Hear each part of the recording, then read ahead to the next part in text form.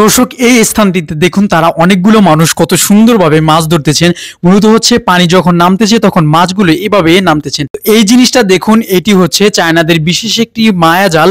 কেন এটা মায়াজাল বলা হয়েছে? কারণ এটাই হচ্ছে মাছ ধরার জন্য বেশ ভালোই ভূমিকা পালন করে। এই জালটির মধ্যে একটি জিপার আছে, জিপার খুলে এটির মধ্যে মাছের খাবার দিয়ে পুকুরের মধ্যে ফেলে দেয়। ফেলে দেওয়ার পর অনেকক্ষণ পর যখন এটাকে আবার পুনরায় তোলা হয় তখন দেখা যায় যে কি পরিমাণ এটার মধ্যে মাছ, আপনারা দেখতেই পাচ্ছেন। এটা মূলত হচ্ছে মাছ যখন একবার ঢুকে যায় তখন আর দ্বিতীয়বার বের হতে পারে না। বেশ দারুণ।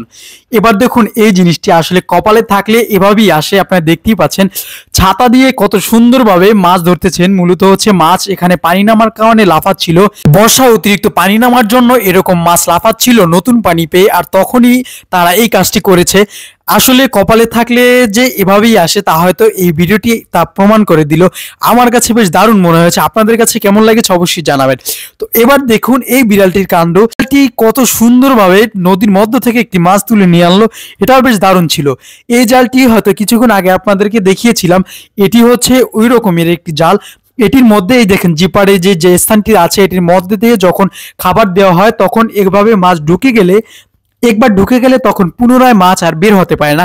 কারণ এটার মধ্যে এমনইভাবে বানানো হয়েছে যে ঢোকার রাস্তা আছে কিন্তু বের হওয়ার কোনো রাস্তা নেই। বেশ দারুণ লেগেছে আমার কাছে। আপনারা দেখতেই পাচ্ছেন এই যে তিনি পুনরায় জালটি উঠালো। দেখুন উঠানোর পর কি পরিমাণ মাছ, এই যে একবার ঢুকে গেলে সে সমস্ত মাছ আর বের হতে পারে না। তো এবার দেখুন চায়নার এই যে এই জায়গাটি, এটি হচ্ছে তাদের মূলত চাষের একটি জায়গা। এখানে তারা মাছ চাষ করে থাকেন এবং ঘোরার জন্য পর্যটকের ব্যবস্থাও আছে। এরকম যখন দর্শনার্থী ঘুরতে যায় তখন এই যে এই জিনিসটা দেখতে পাচ্ছেন, এটি যখন ঘুরানোর ফলে এভাবে চাষের মাছগুলো উঠে আসে। আপনারা যে এই জিনিসটা দেখতে পাচ্ছেন মূলত এটি হচ্ছে একটি চাল কুমড়া কিংবা কদু বলতে পারেন, আমরা যে আঞ্চলিক ভাষায় কদু বলে থাকি।